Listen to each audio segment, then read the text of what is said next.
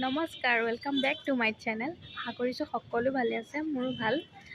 যিহেতু এতিয়া ৰাসৰ বতৰ চলি আছে, সকলোতে ৰাস, গতিকে আপোনালোকক আজি দেখুৱাম নলবাৰী ৰাসৰ কিছু মুহূৰ্ত।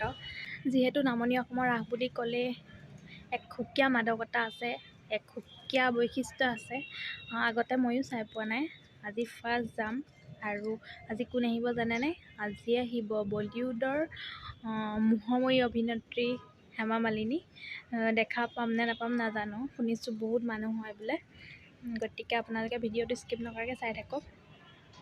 আপোনালোকক ডাইৰেক্ট লগ পাই আছোঁ ৰাসত।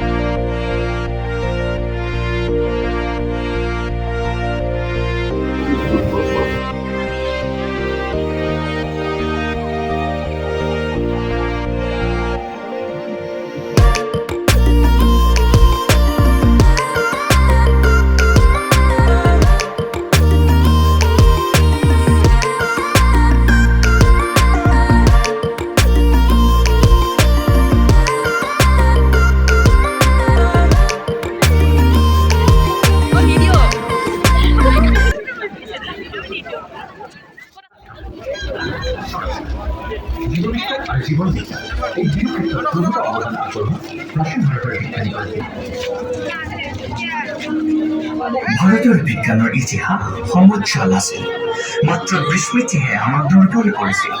স্মৰণ কৰোঁ আমাৰ গৌৰৱময় অতীত, বাঢ়িব আত্মবিশ্বাস আৰু বৰেণ্য ৰাসায়নিক ৰসায়ন শাস্ত্ৰৰ ওপৰত লিখা তেওঁৰ কেইবাখনো গ্ৰন্থৰ ভিতৰত এখন বিখ্যাত গ্ৰন্থ আছিল ৰসৰ ৰসায়ন। তেওঁৰ আন গ্ৰন্থসমূহ হ'ল কক্ষপথতন্ত্ৰ, আৰোগ্য মঞ্জৰী, যুগসাৰ আৰু যুগাস্ত্ৰ।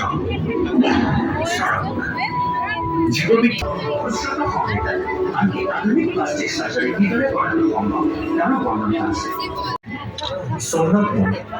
মহৰ্ষি চৌনকে প্ৰাচীন কালতে আকাশ মাৰ্গৰ ওপৰত গৱেষণা কৰিছিল। আকাশৰ উচ্চতাৰ ওপৰত নিৰ্ভৰ কৰি মহৰ্ষি চৌনকে চাণক্য মহাজ্ঞানী চাণক্য প্ৰাচীন ভাৰতৰ ৰাষ্ট্ৰ নিৰ্মাণৰ মহান খনিকৰ আছিল।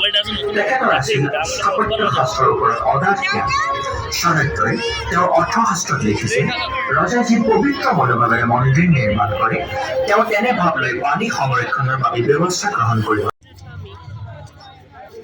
এতিয়া আমি আহি আছোঁ চকৰীৰ ফালে আকৰ্ষিত হৈছোঁ অলপ, গতিকে চাই থাকক।